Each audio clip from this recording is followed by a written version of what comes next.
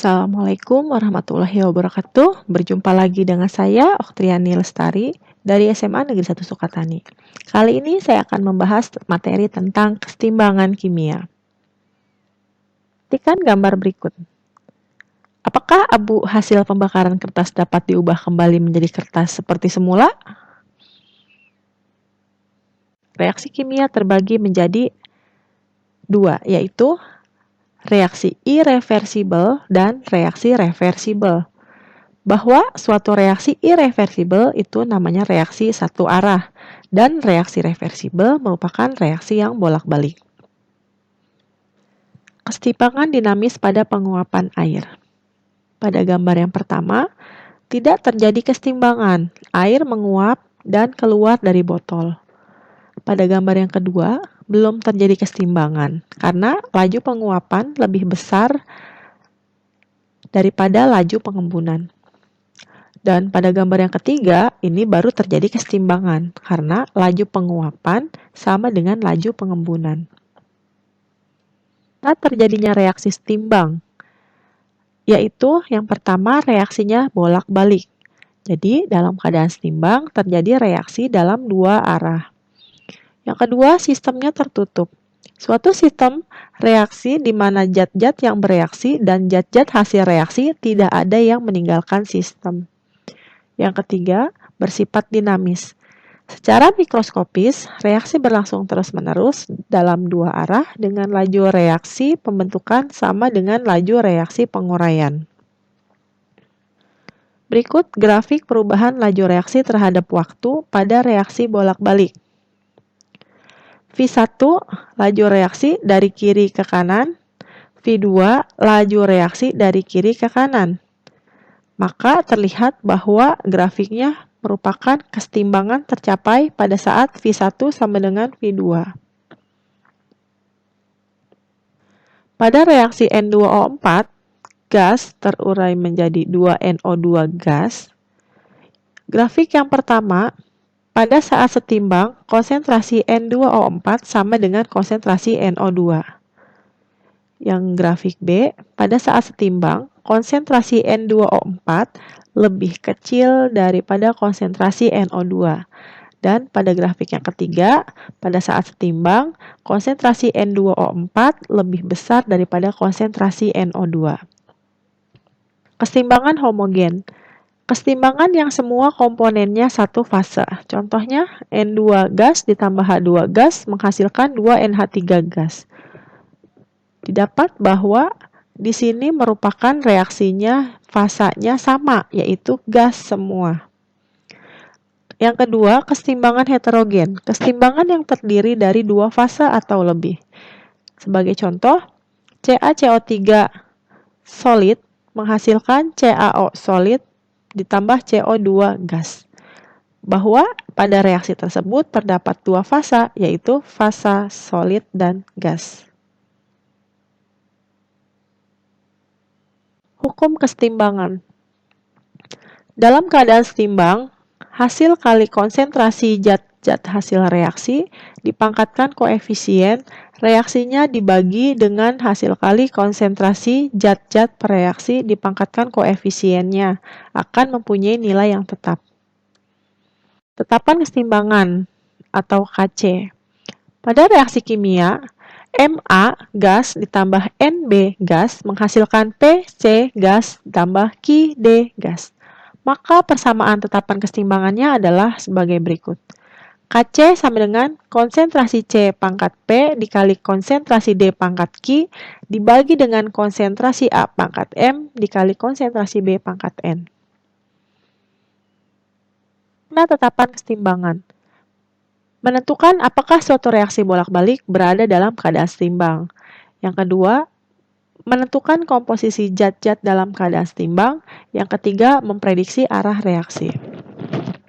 Memprediksi arah reaksi dengan membandingkan nilai Qc atau koefisien reaksi dengan Kc. Qc lebih kecil dari Kc, maka reaksi bersih berlangsung ke kanan sampai Qc sama dengan Kc. Nilai Qc lebih besar dari Kc. Arah reaksinya, reaksi bersih berlangsung ke kiri sampai Qc sama dengan Kc. nilai QC sama dengan KC, maka campuran bersifat setimbang. Tetapan kesetimbangan tekanan atau KP. Pada reaksi kimia Ma gas ditambah Nb gas menghasilkan Pc gas ditambah Qd gas.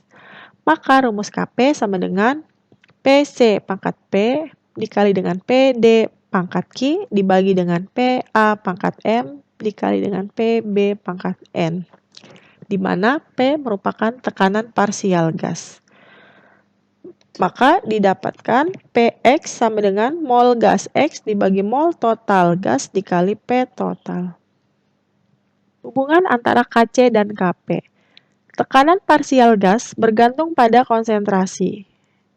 Bisa menggunakan rumus PV sama dengan nRT atau P sama dengan N per V dikali RT. N per V disubstitusikan ke persamaan Kp sehingga Kp sama dengan Kc dikali RT pangkat delta N, di mana delta N merupakan selisih jumlah koefisien produk dikurangi dengan jumlah koefisien reaktan. Hubungan tetapan kesetimbangan antara reaksi-reaksi yang berkaitan. Yang pertama, reaksi kesetimbangan dibalik, maka nilai K aksen sama dengan 1 per K.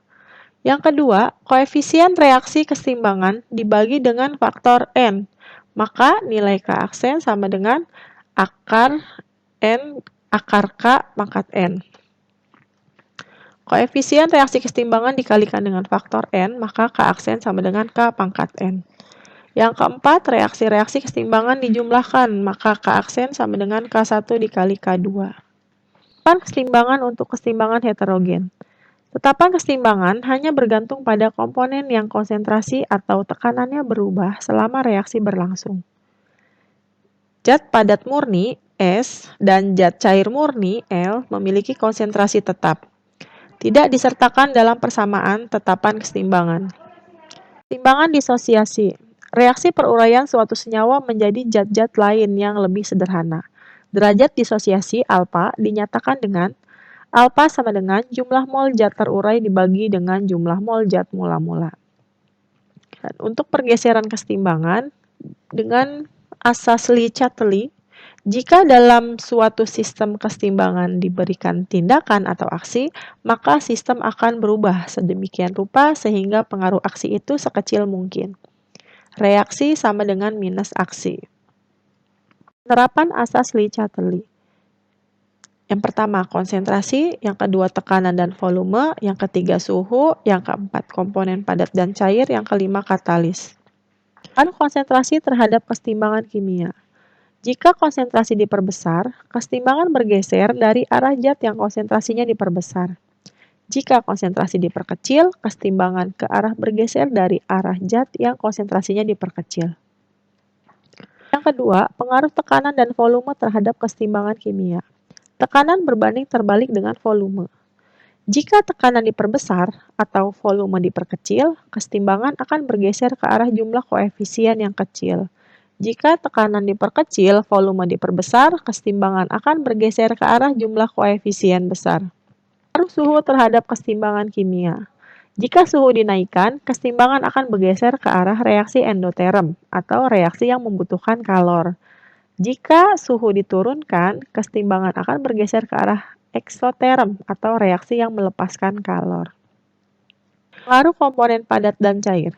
Penambahan atau pengurangan komponen yang berupa padatan atau cairan murni tidak mempengaruhi kesetimbangan. Jika komponen padat dan cair tidak mengubah konsentrasi karena jarak antar partikel dalam padatan dan cairan itu tetap. Kemudian, bagaimana pengaruh katalis terhadap kesetimbangan kimia? Katalis mempercepat tercapainya keadaan kesetimbangan. Katalis tidak mengubah komposisi kesetimbangan. Katalis juga tidak mempengaruhi pergeseran kesetimbangan. Kesetimbangan dalam industri. Prinsip industri. Mendapatkan hasil semaksimal mungkin dengan biaya seminimal mungkin. Kesetimbangan industri bisa dilalui dengan melalui dua proses. Yang pertama proses Haber-Bosch dan yang kedua proses kontak.